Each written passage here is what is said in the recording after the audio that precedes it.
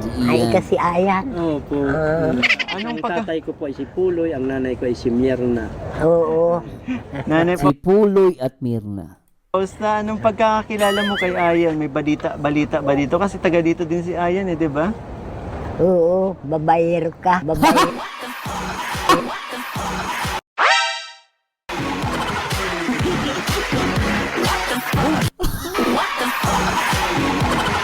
Ala ka na pati babaero ka pa.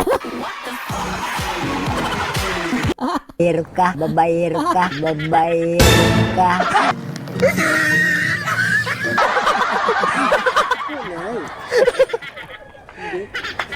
Ay! Iturang yan, babayero. Ay! Ay, babayero talaga at maganda. Maganda na lang. Isa lang po ang babaeng minahal ko. Sino? Si Gilin. Yeah, Gilin. Isa lang ang babaeng minahal ko. Ibig sabihin may iba ba kang babaeng minahal? Ay, di joke lang. Tayo talaga minahal niya, sabi niya. Pero gwapo yung actually gwapo yung tropa ni Miko ya. Mga kaisang idaran ko pala tong mga to. No, yan no. Nasa 41 na din ata to, sila, actually gwapo siya actually, guys. Isa lang talaga. Wala kang exes. Balita ko. Meron naman. Balita ko, ang dami mong ex dito sa lugar na to eh. Daming ex, no? Lupit, Gwapo ito, Wala akong naging girlfriend sa lugar namin. Ay, balita ko talaga, may taga doon. Taga dito na ngayon. Pero, hindi man Minahal mo? Dati, no? Dati.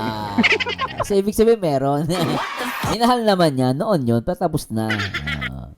Dahil wag na natin pag-usapan. Alam ko din ang kwento ng buhay nito ni best friend eh. Tagal na kami magkasama niyan ay. Saka gusto ko sa best friend ni Mikoy, si Ian.